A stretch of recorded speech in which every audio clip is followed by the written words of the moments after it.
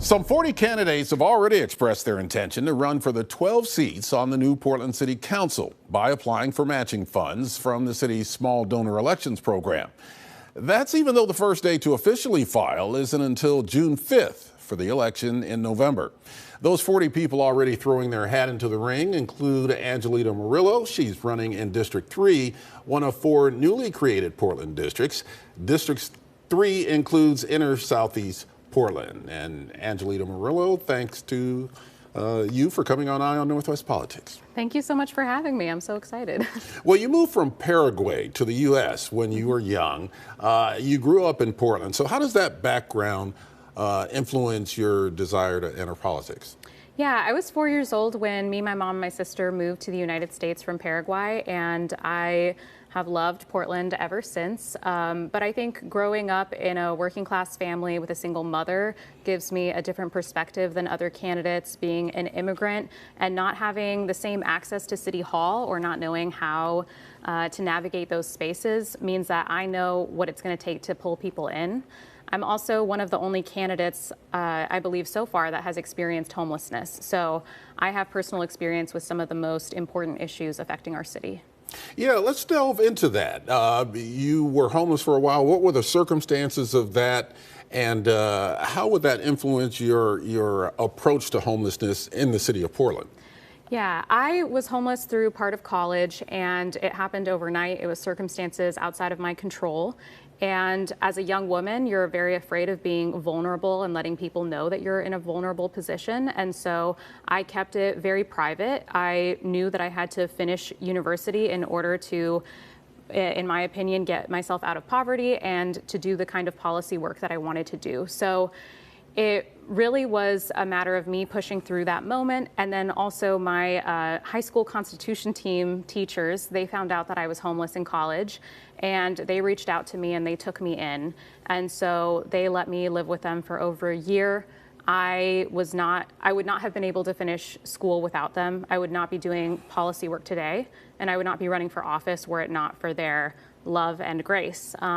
So that's what I want City Hall to become for our community, a place where we take care of the people that have the least among us. Now, you've worked in City Hall before. You were in constituent services for former Commissioner Joanne Hardesty. Now you're a policy advocate for Partners for Hunger-Free Oregon. You're on Portland's Rental Services Commission. How does all of that factor into your running for City Council now? Yeah, I mean, watching what Commissioner Hardesty went through firsthand definitely made me think very seriously about if I wanted to take this on. And my love for Portland and our community makes me sure that I've made the right decision. I really loved constituent services. It's a very difficult job, but I really pride myself in working with community and talking them through issues. And I had lots of people that disagreed on policy, but we built a relationship together, and they would call me once a week, check in on me, see how I was doing, and then we'd argue about the issue. So I think that constituent services knowledge that I got from working at City Hall made me see what people didn't know about how City Hall worked, who was in charge of certain issues, who was in charge of which bureaus. And so they couldn't direct their frustrations in an organizing position. So that information led me to creating a TikTok where I discuss local government and policy. And it has over 31,000 local followers now.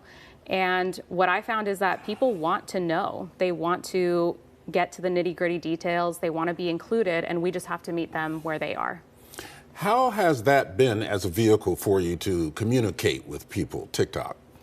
I think it's one of the best social media platforms that we have right now, because I was able to hear directly from Portlanders for over a year and a half since I created my TikTok about what their top priorities are. I can directly answer their questions in a video response. And on top of that, when I've discussed these issues and broken it down for people, I can let them know, hey, there's a city council budget vote happening. If you care about this issue, you should sign up to testify.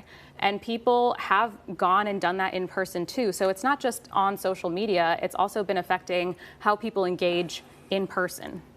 Talking about your work with former City Commissioner Joanne Hardesty, it was on her watch where she started Portland Street Response.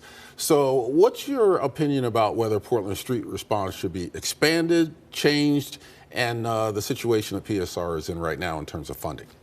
I think Portland Street Response needs to be expanded citywide 24/7, and it needs to have access to people's private dwellings the same way that other emergency response system bureaus have when they're answering a 911 call. Because right now, if someone's having a mental health crisis in their home, the Portland Street Response employees can't go in to help. I also talked to employees who say that they've really been hindered in their work because the current commissioner overseeing them is not allowing them to distribute materials and goods to the people that they're responding to.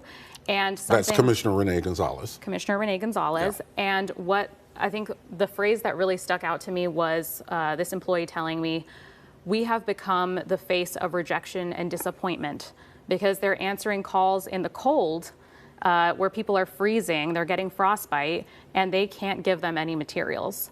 And that is not creating an environment where you're building community and trust with the very people that you're trying to help. Do you think that Portland Street Response should be under a different bureau other than the Fire Bureau? I don't think it being under the Fire Bureau is the problem. I actually think by design it's good to have it in an emergency response bureau. But I think under the current form of government, these issues become very politicized because it's commissioners making decisions on implementation. And that's part of why I'm really excited about charter change, is that these implementation decisions are not going to be politicized. Let's talk about that. Let's talk about the fact that we're going to a drastically different system of government. We're going from 5 commissioners to 12. There'll be a city administrator or city manager as opposed to individual council members running bureaus. You think that's a better way to go?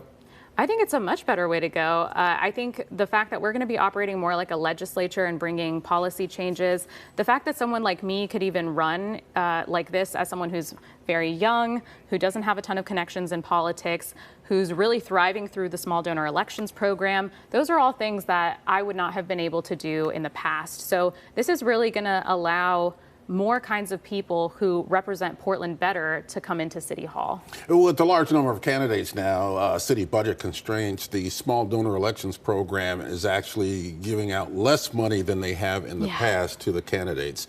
How does that affect you? I'm not going to lie, it's a little crushing. Right now, I'm leading even beyond the mayoral race in amount of funding, small donations, and individual donations. And so for a candidate like me, that indicates that I have popular support. But now I have to rethink about how we're going to budget for my campaign, how much I'm going to pay my campaign manager, because I want her to have a good wage. She deserves that. She brings value to the campaign.